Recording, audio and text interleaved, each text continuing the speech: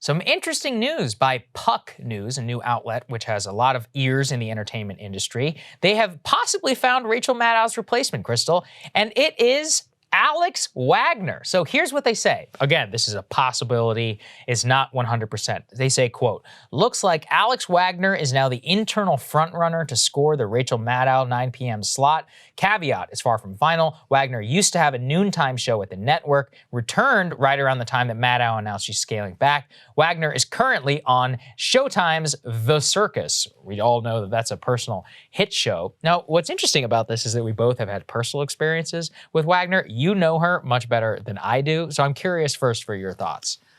So it's interesting because she was actually fired from MSNBC the same time I was. But she didn't. She didn't piss them off on the way out. No, and so she got a job. Yeah, so she. I think she's a very well-connected person. Has always been my impression. All right. Her show previously at MSNBC was like a noontime show, and she'd have on all these like sort of insider Washington types on the panel. Right. They liked doing it because you would be on the panel the whole show, so they would get their face on TV more. And so she kind of was going for a vibe of like Morning Joe at noon. Yes. So she gets fired about the same time I did because you have a new president come in who's like, we're just doing straight news now. And so then that didn't really work. And they went back and leaned into like more partisan liberal programming. Listen, I think it's going to be very hard to fill Rachel Maddow's shoes. She's obviously not my ideological cup of tea, but she's one of the few cable news hosts who has an audience that actually shows up for her. When she was out on like doing whatever she was doing, vacation or working on another project or whatever, her ratings dropped off. I can't remember if it was a fourth or a third. I think it was like 1/3. Yeah, dramatic, massive decline in audience like that the minute it wasn't Rachel there at 9 p.m. Alex Wagner is well known in DC political circles. Yes, that's right. Does she have a large established brand and audience? No. Not at all. Right. I mean, she has, I think, very low name recognition and hasn't even been hosting a show at MSNBC for a long time for people to have, like, for the MSNBC audience to really know what she is.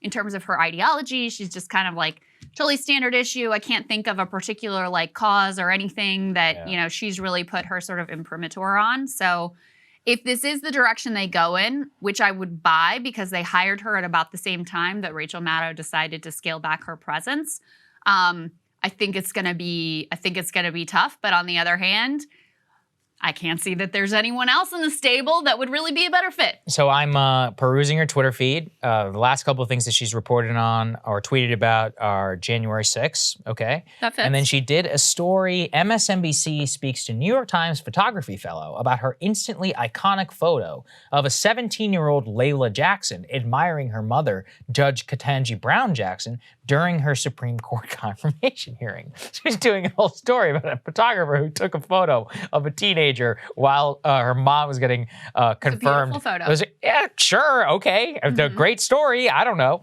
Here's what I'll say with Wagner. I had a very unpleasant interaction with her. Here's why.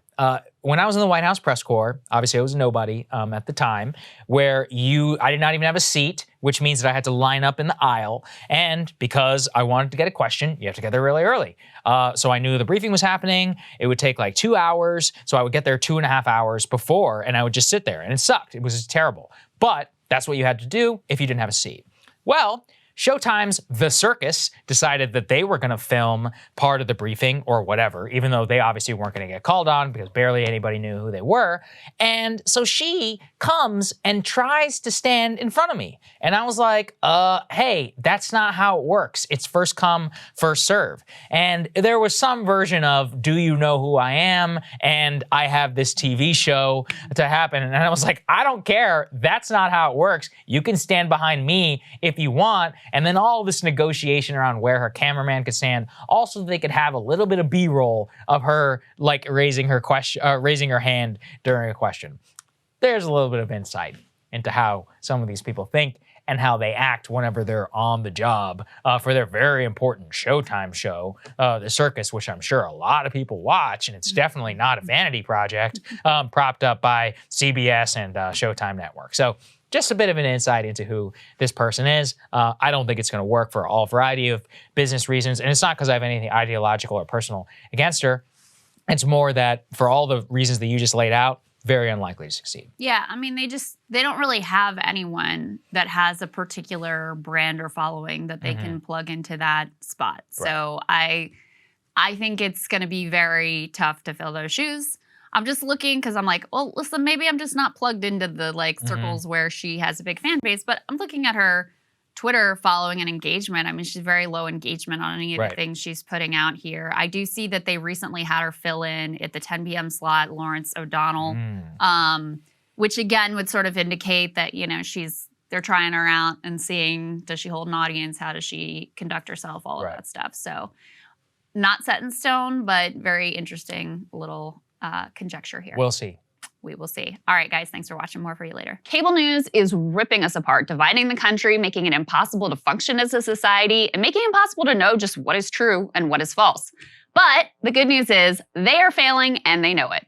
That is why we're building something new, a new mainstream, a healthier one, something more trustworthy, something that we are going to need in one of the most pivotal times in American history. We are building up here for the midterms, for the upcoming presidential election, but we need your help. So if you can help us out by becoming a premium member today at breakingpoints.com, we're trying to change America for the better and the entire world. So what are you waiting for, guys? Go to breakingpoints.com and sign up and help us build a new mainstream.